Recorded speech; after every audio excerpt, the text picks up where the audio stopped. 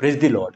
ప్రభు అయిన యేసుక్రీస్తు వారికి దేవుని వాక్యం అని పేరు పెట్టబడింది అని ప్రకటన గ్రంథం 19వ అధ్యాయం 13వ వచనం తెలియజేస్తుంది. యేసుక్రీస్తు వారికి అనేక రకాల పేర్లున్నాయి. వాటిలో ఒకటి దేవుని వాక్యం. ఈ పేర్లన్నీ కూడా ఆయన యొక్క గుణలక్షణాలను వివరిస్తున్నాయి.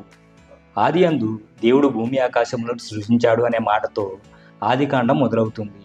ఆది అందు వాక్యం ఉండెను, వాక్యం దేవుని యొద్ద ఉండెను, వాక్యం దేవుడై ఉండెను అనే మాటలతో యోహాను సువార్త మొదలవుతుంది.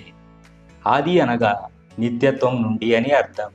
నిత్యత్వం ఎప్పుడు మొదలైందో ఎవరికీ తెలియదు. ఆదిలో దేవుడున్నాడు, దేవుని యొద్ద వాక్యమై ఉన్న దేవుడున్నాడు.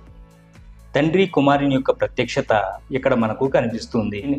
దేవుడు సృష్టిని కలుగు చేశాడు, కానీ వాక్యమై ఉన్న దేవుడు లేకుండా ఏదీ కలుగులేదని వాక్యం స్పష్టంగా తెలియజేస్తుంది. దేవుడు సృష్టికర్త, వాక్యమై ఉన్న దేవుడు కూడా సృష్టికర్తే. వాక్యమై ఉన్న దేవుడు అబ్రహాముతో దర్శనమందు మాట్లాడినట్లు ఆదికాండము 15వ అధ్యాయం తెలియజేస్తుంది. వాక్యమై ఉన్న దేవుడు శరీరధారిగా ఈ లోకంలో జన్మించి కృపా సత్య సంపూర్ణుడుగా నివసించినట్లు యోహాను సువార్త తెలియజేస్తుంది.